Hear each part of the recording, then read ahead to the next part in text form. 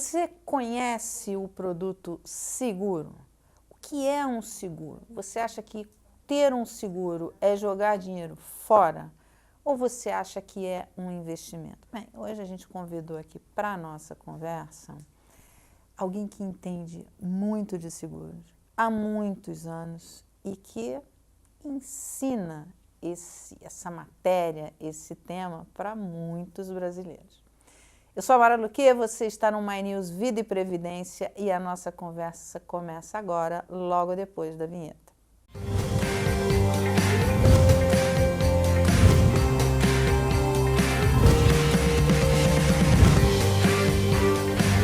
My News Vida e Previdência, apresentado por Asus.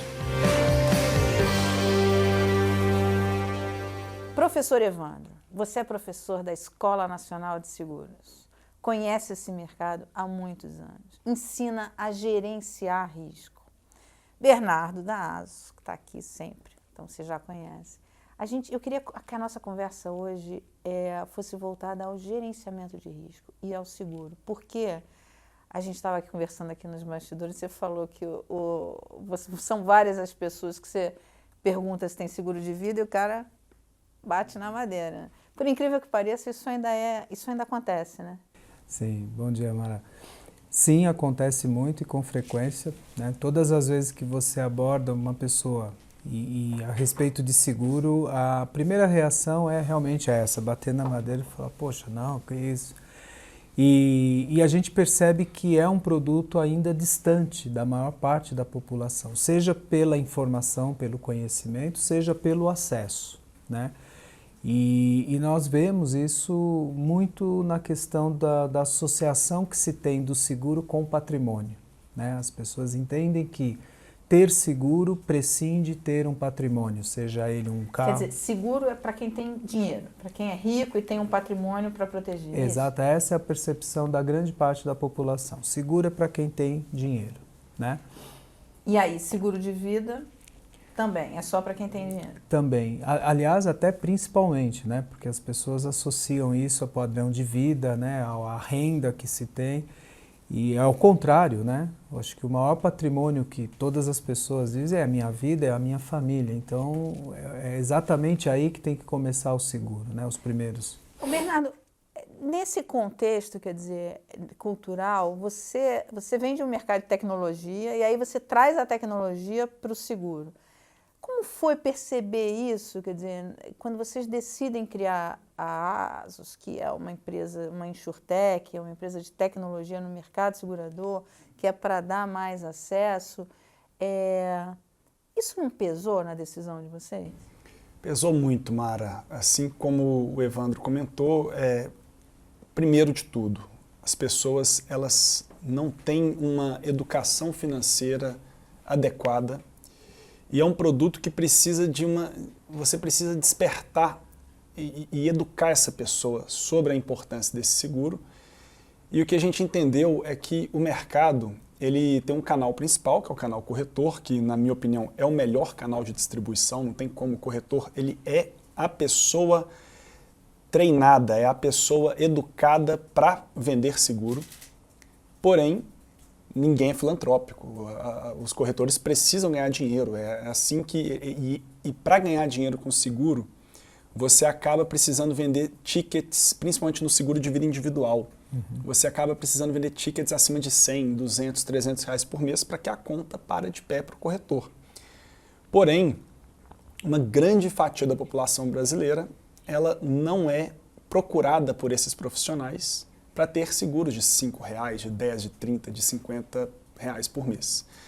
Então, nesse diagnóstico, a gente entendeu que era super importante ter um canal de vendas facilitado online para que essas pessoas consigam, num site, contratar um seguro de muita qualidade sem precisar pagar ali 300, 400 reais por mês. E vocês, nesse período que vocês estão atuando, você sente que tem gente que não fazia seguro e passou? Minha pergunta é, tem gente que não fazia seguro e a tecnologia ajudou a que viesse para esse mercado? Demais, Mara. E um dos nossos mantras é democratizar o mercado de seguros de vidas aqui no Brasil. E é legal a gente ver o tanto de pessoas que falaram assim, caramba, eu vi vocês através do My News, eu vi vocês através da influenciadora X, do influenciador Y, entendi que era importante para mim, entrei no site e contratei um seguro que eu tenho condições de pagar de R$30 por mês. E estou me sentindo muito mais aliviada por isso. Da mesma forma que a gente tem pessoas que têm ali milhões de reais de patrimônio que contratam para um outro objetivo, uma sucessão patrimonial, uma cobertura para inventário. Então, a ASUS ela não está focada ali na baixa renda ou na alta renda. Ela está focada em democratizar mesmo o seguro de vida e sim, dando acesso a todas as pessoas que queiram contratar um Professor, eu acho que o que contribui para o baixo entendimento do seguro no Brasil é a ausência de um gerenciamento de risco. Tem muita gente que tem seguros que não precisa. E tem seguros e não tem seguro para aquilo que precisa. Quando você tem um seguro que você não precisa, você está jogando dinheiro fora. Quando você tem um seguro que vai te proteger realmente no que você precisa, é um investimento. Como é que faz esse gerenciamento de risco? O seguro, por definição, né, ele é uma forma, um instrumento de transferência de risco para uma seguradora, né? Então, na medida em que você tem uma boa percepção dos riscos e do momento de vida, falando, por exemplo, num seguro de vida, você tem uma necessidade diferente, né, no início de uma família, no início de uma carreira, enfim, aonde você está constituindo, né, patrimônios e tudo mais. Quando você vai, à medida que amadurece, os riscos vão mudando. Então, o gerenciamento de risco passa por aí. Quais os cuidados que eu tenho, por mais saudável que eu esteja, eu tenho uma exposição diferente quando eu saio todo dia para trabalhar, eu tenho aulas, eu chego tarde e eu preciso ter uma proteção familiar, vamos dizer assim, né, que é quando a gente fala família sempre em primeiro lugar. E quando a gente pergunta para as pessoas quais os seguros que tem que envolve a família, a pessoa não sabe. Então, eu acho que o gerenciamento de risco começa por aí. Quais são os riscos a que eu estou exposto nesse meu momento de vida e como eu transfiro isso? E aí o seguro é o melhor instrumento, né, para você fazer. E na medida em que você faz, poxa, o custo-benefício, eu estou pagando isso, a gente escuta muito isso também. Paguei o seguro de vida há 10 anos, nunca usei. Que bom! Graças a Deus, eu pago feliz da vida. Mas o retorno é você ter a garantia da proteção, né? Da proteção. E isso serve porque o seguro de vida não é só aquele caso de você morrer e receber a família como beneficiário, não. Quando você hoje faz um financiamento de um bem, por exemplo, você compra um carro financiado, você pensa no seguro do carro.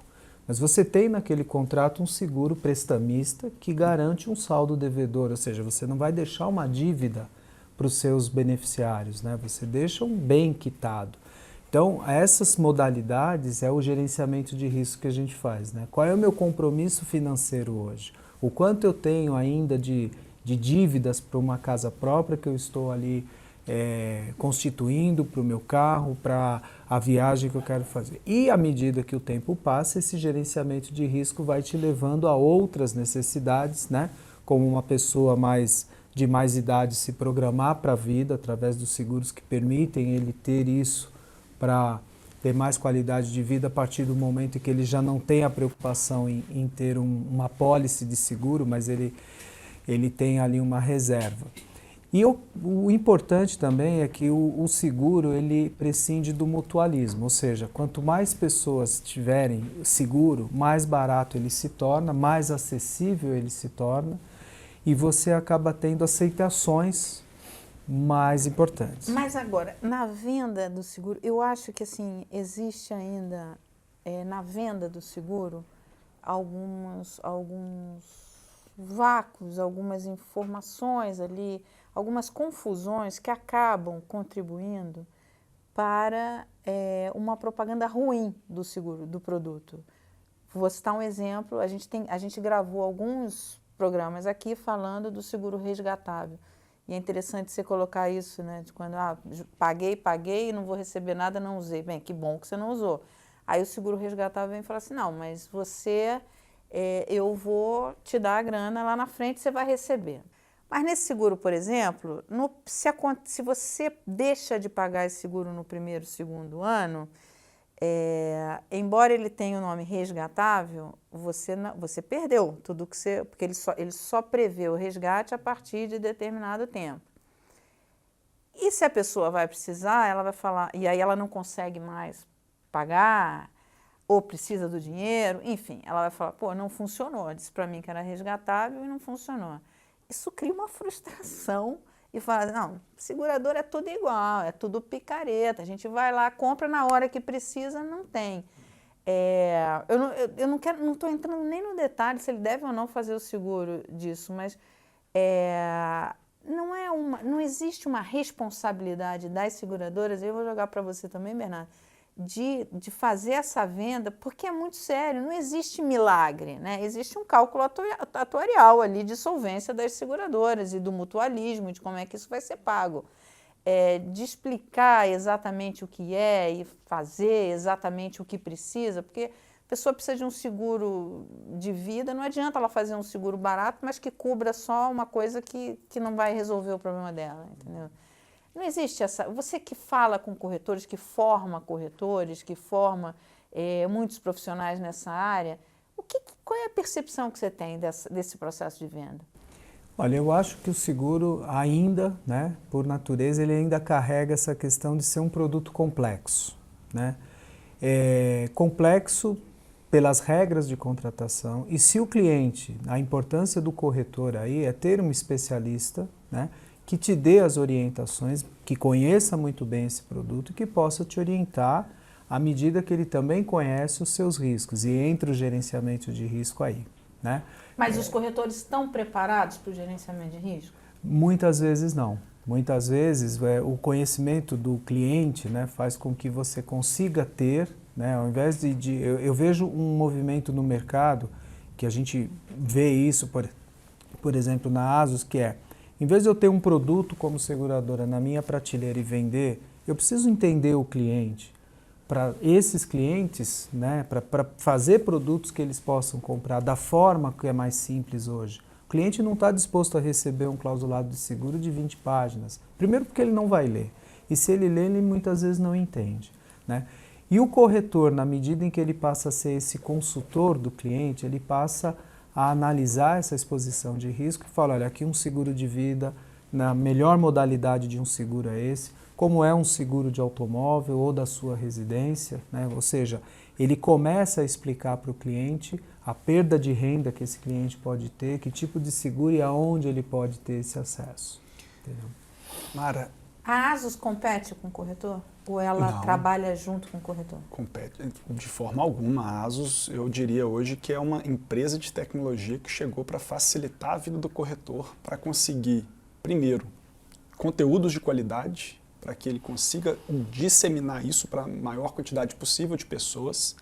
Segundo, tecnologia para que ele consiga vender e desburocratizar qualquer entrave que uma venda de seguro tem, como por exemplo exame médico, documentações, relatórios médicos, a gente não exige nada disso. O que eu acho que, sobre o comentário anterior, existe sim um problema de falta de transparência nesse mercado.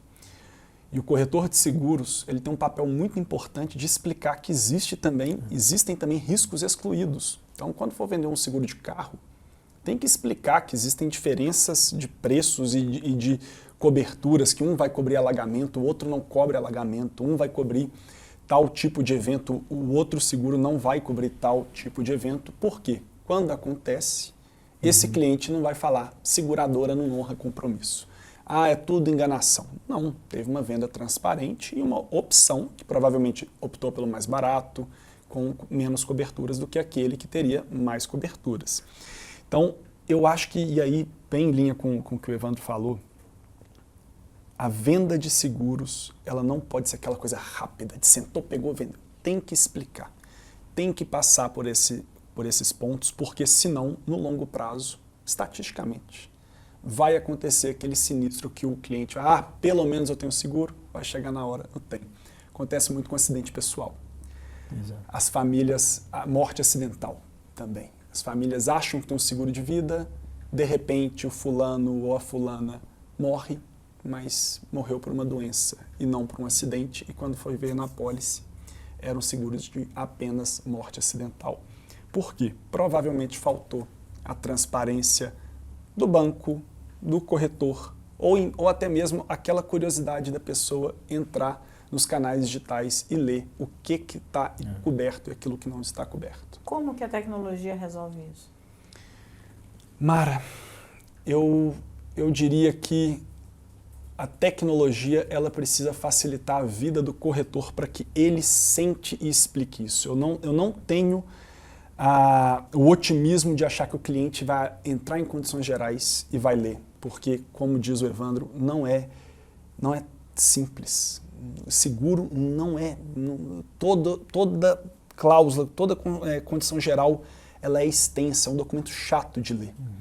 Então, eu diria que vai tira tudo da frente do corretor, deixa ele focado no relacionamento e na explicação do produto.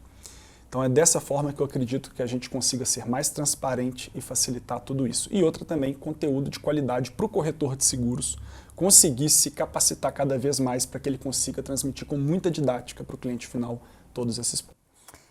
A gente vive um momento de transformações que vão exigir muito do mercado segurador e dessa parceria entre o seguro e as famílias e a sociedade, enfim. Um deles, é o que a gente fala sempre aqui, é o aumento da expectativa de vida. Ele traz muitos novos ingredientes na formação de patrimônio, no seguro de vida resgatável, doenças graves, enfim, tudo isso que a gente contempla aqui no conteúdo do My News Vida e Previdência. Outro são os desafios climáticos, porque a questão do clima faz com que pandemias e desastres naturais sejam cada vez mais recorrentes, como estamos vendo. E as seguradoras colocam como riscos excludentes. Como se resolve isso? Por exemplo, o caso de São Paulo, da tragédia mais recente, vou falar assim, mais recente, porque isso está virando uma coisa que a gente está vendo cada vez mais recorrente. Essas pessoas poderiam ter seguro de vida, ter seguro residencial, e olha que você tem ali, tem até uma foto na internet que mostra que pegam uma faixa de renda de pessoas de alta renda e que provavelmente foram resgatadas até de helicóptero, saíram algumas matérias falando ali. E tem a faixa de baixa renda que não tem nada, que fica completamente vulnerável. Algumas perguntas. O seguro de baixa renda seria uma ajuda para essas pessoas? As pessoas hoje estariam protegidas se tivessem um seguro de baixa renda, para baixa renda? Segundo, esse seguro poderia ser acionado ou ele estaria em riscos excludentes? Terceiro, as seguradoras vendo isso, como é que elas estão se preparando para isso? Muito bem. Eu vejo da seguinte forma, né?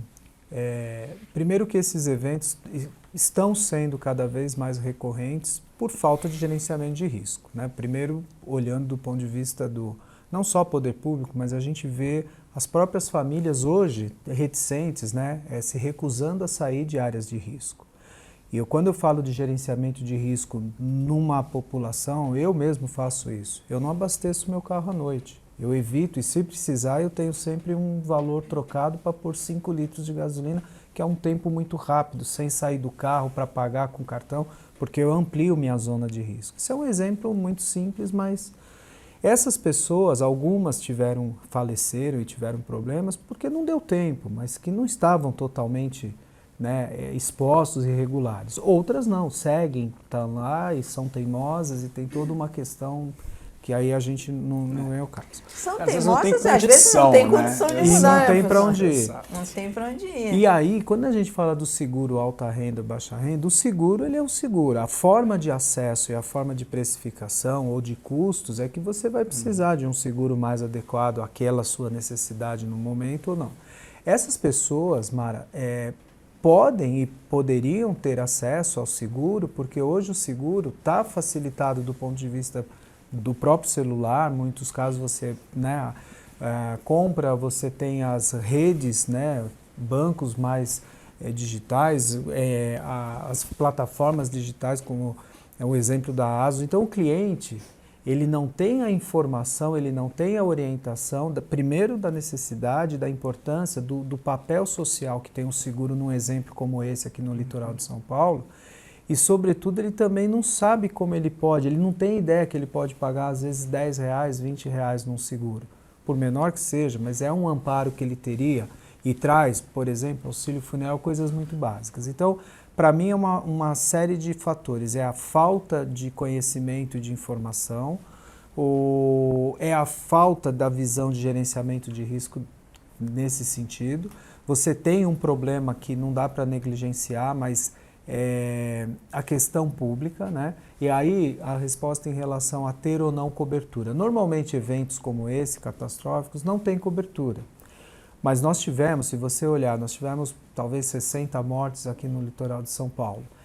Evidentemente que isso não seria negado, porque não quebra nenhuma seguradora, não quebra o mercado, diferentemente de uma situação da Turquia em que morrem 50 mil pessoas. Quer dizer, ali quebra qualquer estatística, qualquer base atuarial.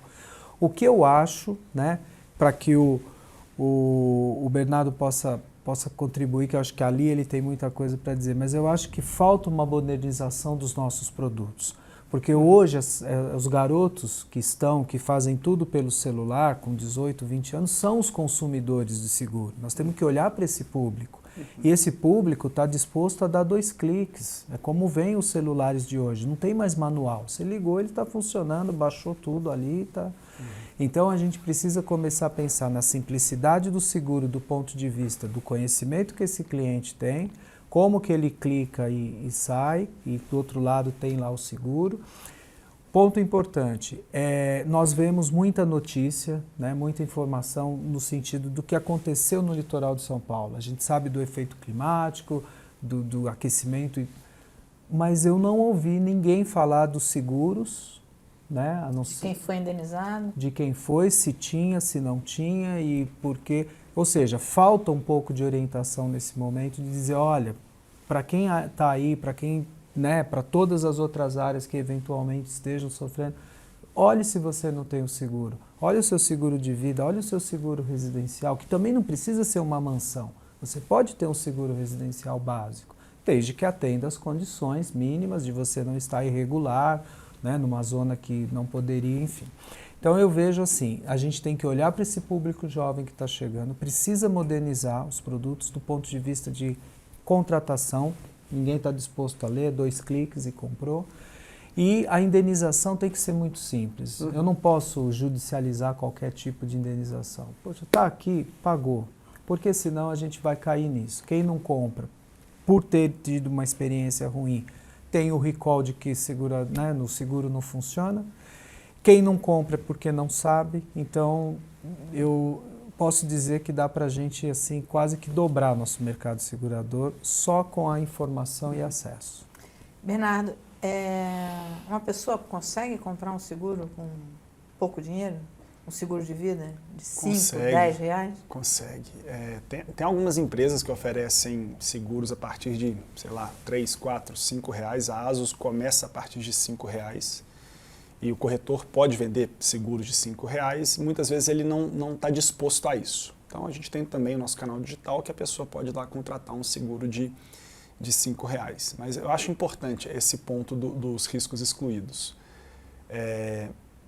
Tem na condição geral de quase todas as seguradoras. A Excelsior, nossa parceira seguradora, né, que a ASUS é segurada, né, os produtos ASUS têm um seguro da Excelsior ressegurado pela Swiss Re, que é uma das maiores resseguradoras do mundo. Se for levar ferro e fogo, um alagamento como esse, uma catástrofe como essa, está nos riscos excluídos e a seguradora tem o poder de não pagar. Da mesma forma que na pandemia, praticamente todas as seguradoras também tinham lá, pandemia, risco excluído. Na hora que entendeu que não seria uma catástrofe no sentido de milhões e milhões de pessoas morrendo no Brasil, foi terrível, né? Foram 600 mil pessoas. As seguradoras optaram por pagar, mas legalmente falando, poderiam não ter pago. Agora, ela optou por pagar porque isso não colocou em risco a solvência da seguradora.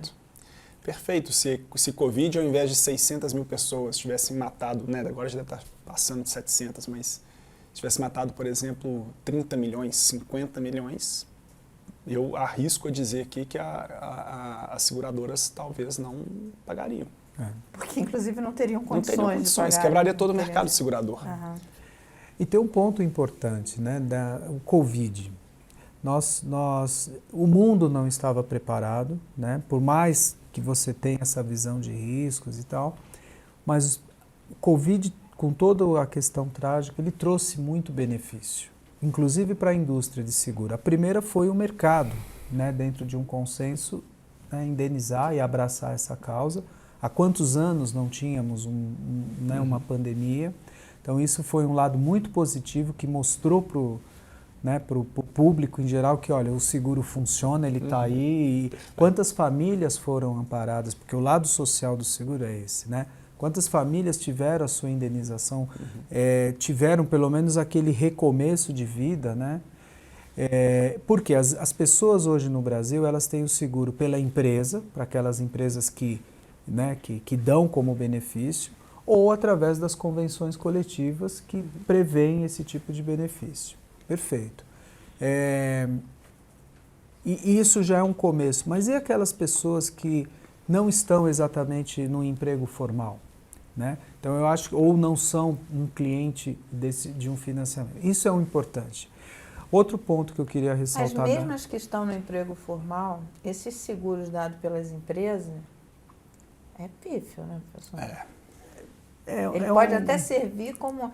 Não resolve a vida. Não resolve. Não resolve, porque para ser correto, pensando em seguro, a empresa deveria... Bem, esse funcionário ganha tanto por mês, tem uma família com tantos dependentes, então ele morrendo, ele precisaria de um capital de tanto para atender essa família. Mas o que a gente vê não é isso. O que a gente vê é uma apólice ali igual para todo mundo, com um valor que é muito abaixo das necessidades dele. E eu tenho dúvidas, professor, porque eu acho assim, se a empresa dá esse seguro, ela deveria dar também, olha, eu estou te dando isso para você começar a pensar no seu seguro e dar a informação e coisa para que ele, e condições para que ele complementasse. Porque quando ela faz isso, só tem esse seguro e tchau, leva ele até para o engano. Ele acha que está coberto, que tem um seguro, que a família está coberta, e se acontece alguma coisa, a família descobre que o seguro não dá para nada, não resolve nada. Que não é suficiente, exatamente. Que não é suficiente. Posso até desafiar a nossa audiência. Se alguém aqui tiver um seguro de vida empresarial, um seguro de vida fornecido pela empresa, que pague mais de 2 anos de salário, adoraria que deixasse um comentário, porque é exceção. Mara, são menos de 2 anos que o mercado fornece. Pouquíssimas empresas dão um pouco mais, ali de 2, 3 anos. E a gente sabe que um seguro, às vezes, ele depende muito mais de quanto tempo você ainda terá dependentes financeiros. Se você acabou de ter um filho, talvez um seguro faça sentido você ter ali por 20 e poucos anos, até que você não tenha mais dependentes financeiros. E não é a realidade dos seguros que as empresas oferecem. Normalmente se estabeleceu, né, em algum momento, 2 anos de salário, né, mais ou menos é essa conta, porque é um período para um restabelecimento, para que a família fique amparada. Né? 2 anos de salário, eu acho até que vocês estão sendo generosos, porque eu vi casos em que o seguro realmente era só uma... Então, muitas vezes atendendo a convenção coletiva. Então, E por isso que eu digo que isso é mais um desserviço do que um serviço. Quer dizer, para ela fazer isso, para a empresa fazer isso, ela deveria obrigatoriamente dar junto uma consultoria para que ele aumentasse esse seguro. E condições, ela poderia negociar com a seguradora de dar condições melhores para ele comprar o seguro, por exemplo. Sim, pode dar aquela falsa sensação de que você está protegido sem estar. E muitas vezes é isso. Isso eu acho que é a inteligência, quando a gente fala de tecnologia, né? A inteligência que você traz com informações que não são apenas aquela de um seguro ou de uma corretora, de uma seguradora que seja, é você conhecer que aquele jovem que tem a mesma posição muitas vezes de uma pessoa mais madura, que tenha filhos, eles ganham o mesmo salário, eles têm os mesmos benefícios. Só que os riscos são diferentes, as perspectivas são diferentes, né? E aí é onde eu vejo que, através da tecnologia, através da inteligência de informação toda aplicada, né? Não vou nem dizer inteligência artificial, mas podemos usar isso também. Você consegue cada vez mais levar o seguro à personalização que se necessita, né? A simplicidade nessa contratação. E uma coisa também muito importante é que o que nós estamos vendo? Os novos riscos, né? Eu, como professor, eu estudo muito isso. Então, hoje, por exemplo, a gente sempre olha para o lado dos grandes incêndios, os grandes eventos e fala, olha, até aqui tem seguro, seja por uma questão, até caso de morte, mas só dando um exemplo como esse. E a gente tem casos de riscos digitais que não se queima uma folha, não pegou fogo em nada. E a empresa perde 50 bi porque vazou a informação. Então, esses novos riscos, que é um trabalho que nós nos propomos muito na escola e as seguradoras estão debruçadas, é entender o que está vindo, porque tem um monte de coisa que a gente não está enxergando. E os ciclos, porque o seguro de vida ele é um dos mais antigos, né? E a gente vê a necessidade de modernização. Você imagina você ter uma internet que surgiu no final, 69, 70, ali início dos anos 70, em 50 anos a evolução que teve. E agora, nos últimos 5, então, nem se fala. Então, quer dizer, esses ciclos de inovação e de novos riscos, novas necessidades que chegam, por isso a importância do corretor estar cada vez mais nesse papel consultivo, que as ferramentas estão aí para venda, e ao mesmo tempo que eles estão nesse papel de gerenciamento de risco, entender o que vem pela frente. Então, este exemplo que a gente olha muito para o patrimonial, para os riscos, os danos, a gente tem algo cibernético que a empresa fecha de um dia para o outro ou perde 50 bi no valor das suas ações, como aconteceu com o Facebook na vazamento de informações, e não queimou um fósforo lá dentro. Então, é assim, papel hoje de levar essas informações, olhar essa moçada aí literalmente que está chegando, né, com o celular na mão, que são os consumidores de seguro lá ali na frente, e a gente já tem estudos nisso, eles não estão preocupados em ter o carro para chamar de seu ou a sua casa, eles estão preocupados com experiência, com estudar no exterior, enfim, é outra cabeça. Né? Então eu acho que isso a gente precisa estar olhando, eu ainda não vi, eu acho que aqui está uma grande oportunidade, né? Mas o ferramental digital é o caminho, na minha visão. Eu tenho uma história legal sobre seguro cibernético, dados, proteção de dados, tudo. A ASUS é a segunda vez que eu estou empreendendo, né? Eu já tive uma experiência empreendendo com tecnologia, tinha 24 anos, 23, já tem um tempinho.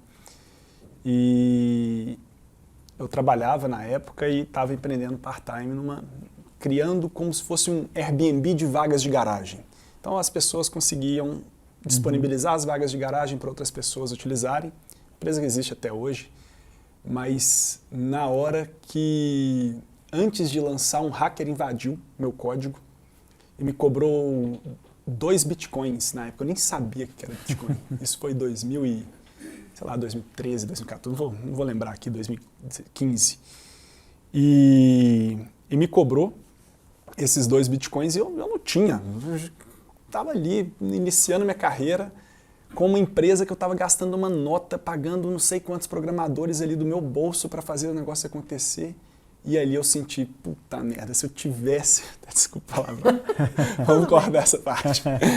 Mas eu não tinha, e aí eu perdi... uma proteção, né? Eu perdi não sei quantos meses de trabalho, porque ele sequestrou meu código-fonte e falou, só te devolvo se você depositar para mim 2 bitcoins. Falei, esquece os 2 bitcoins, vou fazer do zero e, pelo amor de Deus, vamos proteger esse negócio. Vamos proteger. E aí é o gerenciamento de risco, que é o pós, é o pré. Sim. Né? Como é que eu me protejo? Porque muitas vezes, isso é muito interessante. E existe um seguro, ele acharia uma apólice que protege contra esse risco, por exemplo? Hoje eu diria que sim, mas ainda no âmbito, Mara, corporativo, corporate, né? As grandes corporações.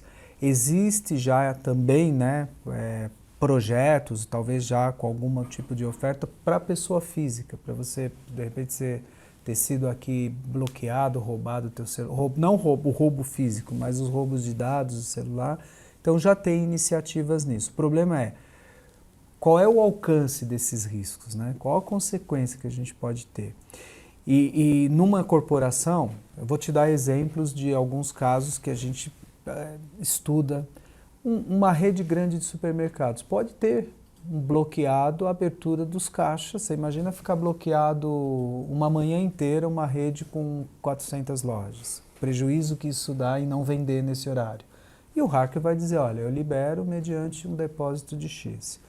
Você tem uma empresa aérea que pode acontecer dele sofrer, falar, mudei todos os voos. Aquele voo que está vindo de Salvador para São Paulo, agora no radar está indo para Goiânia. Pô, que confusão é essa? Você imagina a tragédia que pode ter. Então isso ainda está nesse âmbito muito corporativo. Estou dando exemplos, não é isso, tá, gente, que está acontecendo agora, não, ninguém precisa... Mas são essas variações. Para a gente trazer isso para o âmbito de uma startup, de um empreendimento novo, talvez...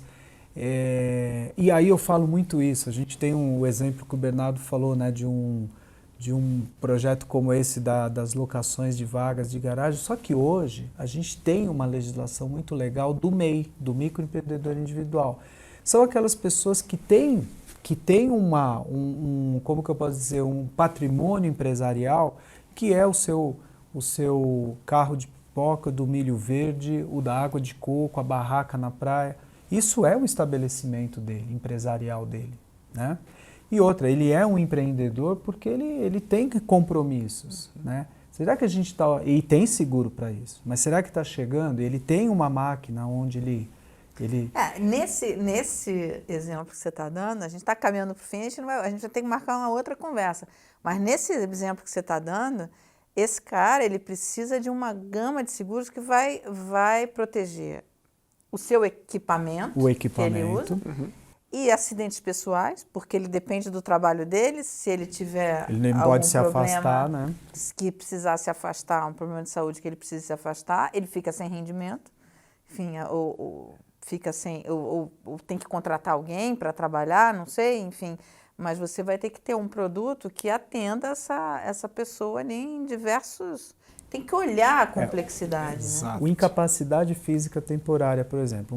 Um senhor que esteja ali trabalhando, qualquer que seja a atividade. Vamos pegar aqui o carrinho de pipoca, que aliás é uma delícia, né? E a margem é muito grande, a gente sabe. Mas se ele ficar afastado por qualquer motivo, seja por um acidente, por uma enfermidade, ele deixa de ter aquela renda, né? E o patrimônio dele está ali, ele tem... Então não precisa de um seguro de 1 milhão. Ele precisa de vários seguros mais simplificados, né, que vão cobrir esse entorno todo aí de atividades e tal. E Mara, se você me permite, eu vou fazer um paralelo que acho que muita gente não sabe. Vou aproveitar aqui para dar uma informação e uma orientação. As pessoas às vezes têm um veículo, vou pegar um valor aqui, R$50 mil, e ele vai pagar em torno de 4%, sendo um perfil médio de risco, né? 4% de taxa, ele está pagando ali R$2 mil de seguro. Aí ele fala, poxa, a minha casa, o meu apartamento vale 300 mil. Poxa, se eu for pagar 2%, né, 4% disso, imagina, 12 mil. Não é isso. O seguro da casa, do apartamento é até mais barato, mas de um imóvel residencial, em São Paulo, por exemplo, ele vai custar 0,03% em média, ou seja, ele vai pagar R$250. Então, o patrimônio dele vale 6 vezes mais do que o carro e ele vai pagar 10% daquilo que ele pagou. Então, isso é importante. E o seguro de vida é a mesma coisa, ele é ainda mais barato porque você leva em conta a idade, né, o capital, o valor do seguro que você queira fazer. Se ele é um seguro só para acidentes, ele é muito mais restrito daquele que tem morte por qualquer causa. Então, essa orientação que você tem que ter. Então, você pode ter vários tipos de seguro e só por essa questão de você avaliar. Por isso que eu digo, a gente tem uma penetração de seguro muito baixa, que ela pode ser ampliada, né, muito legal. E as pessoas só vão se dar conta da importância do seguro quando falta o seguro, ou ela vai ver que o negócio é muito legal quando ela usufrui disso. Né? E nesse caso, quando funciona, é uma maravilha, porque o entorno dela vai falar, olha que interessante. Que bom, né, que eu tinha Que bom. seguro. A gente já teve casos aqui, né, que que a gente entrevistou pessoas que fizeram seguro para ajudar um amigo, que era corretor e fez seguro. Você lembra desse caso? Ela fez seguro para ajudar um amigo. E a hora que ela precisou, porque teve uma doença, teve câncer, e aí ela lembrou que tinha um seguro. E ela falou assim, foi incrível, porque me ajudou muito para eu pagar todo o tratamento que eu precisei pagar, enfim. E ela hoje está muito bem, enfim, se fez o tratamento todo, mas ela contou com aquele dinheiro que ela sequer imaginava que tinha, porque ela fez aquilo para ajudar um amigo que era corretor. Eu até brinquei com ela, falei, que amigão esse cara tem, né? Amigo para toda a vida. Ele é um corretor, quer dizer, ele não pediu para a amiga comprar uma coisa para ele completar as metas dele. Não, ele é um corretor que ele enxerga o risco. E ele conversando com ela falou assim, olha, você na sua idade, mulher, assim, trabalhando com isso, tal, seria legal você ter um seguro desse. Aí fez uma apólice para ela. Então, assim, é um corretor diferenciado, bastante. Quer dizer, tem bastante corretor bom, tem os não tanto como todo lugar, mas, enfim, é o papel do corretor, né? Então, assim, para a gente encerrar essa nossa conversa, eu queria que cada um de vocês me falasse assim, o que você diria para o corretor? Corretor, olha só, o que tem que fazer é isso. A gente precisa, né, quer dizer, a sociedade, quando eu falo a sociedade precisa que esse profissional tenha um trabalho, um olhar de cuidado das famílias e das pessoas. O que você diria para o corretor? Eu diria que a grande oportunidade para o corretor, né, é conhecer o seu cliente e se tomar mais conhecimento de gerenciamento de riscos, né? Ter isso como parte do seu negócio, né?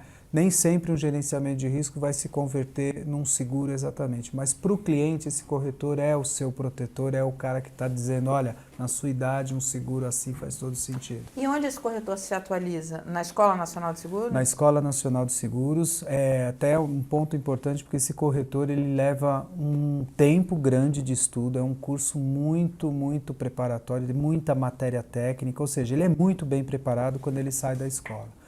E aí ele tendo esse aproveitamento e aplicando tudo isso, por isso que o corretor é o profissional habilitado para isso, né? E eu acho, com toda tranquilidade, que esse canal do My News, eu acho que ele é fundamental para que a gente possa vir trazendo numa linguagem mais simples, para que o cliente se interesse, aí cliente, fale com o seu corretor, procure, fala, ó, eu vi lá no My News, para que ele saiba te orientar, talvez de algo que você não esteja enxergando, e nem ele sabe, porque muitas vezes ele não teve a oportunidade de conversar com você.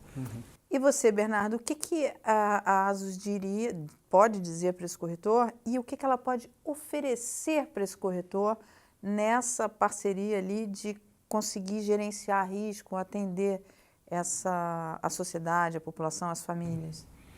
Perfeito. Acho que o primeiro de tudo é ter a tecnologia como aliada. Tem muito corretor que tem medo da tecnologia, que acha que a tecnologia vai disruptar ele, que vai cortar esse intermediário. E eu diria que não. Não é isso que acontece mundo afora, não é isso que acontece nos Estados Unidos. O principal canal de distribuição é o corretor, principalmente aqueles que aderiram à tecnologia ao seu dia a dia.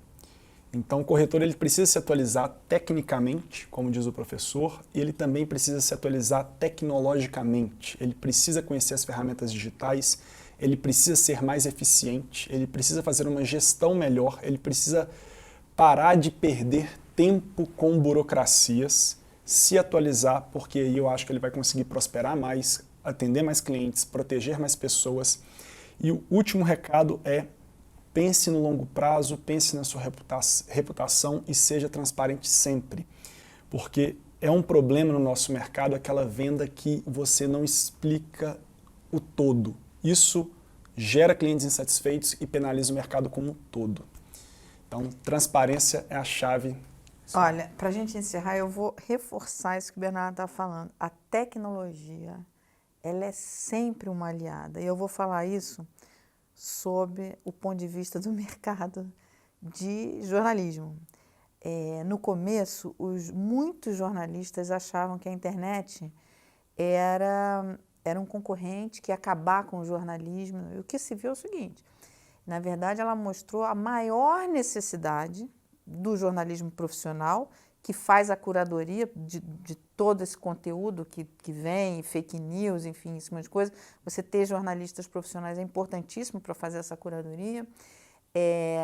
E abriu espaço para que vários jornalistas, eu inclusive, abrissem seus canais. Hoje tem vários jornalistas, excelentes jornalistas, com canais de jornalismo especializado em política, em economia, em várias coisas, em justiça, coberturas específicas, enfim. No nosso caso do My News Vida e Previdência, a gente abriu o My News, que cobre política e economia, mas a gente viu um nicho para abrir, para falar de My News Vida e Previdência. Então, focar no Vida e Previdência aqui. Então, assim, a tecnologia, ela sempre vai ser uma aliada, né?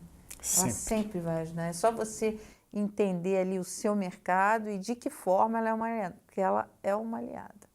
Muito obrigada pela conversa. Vocês que ficaram com a gente até aqui. Se tiver dúvida, manda pra gente. Se tiver casos, conta pra gente conversar mais aqui. E manda dúvidas pro professor, pro Bernardo, que a gente vai voltar a falar com eles aqui. Até a próxima.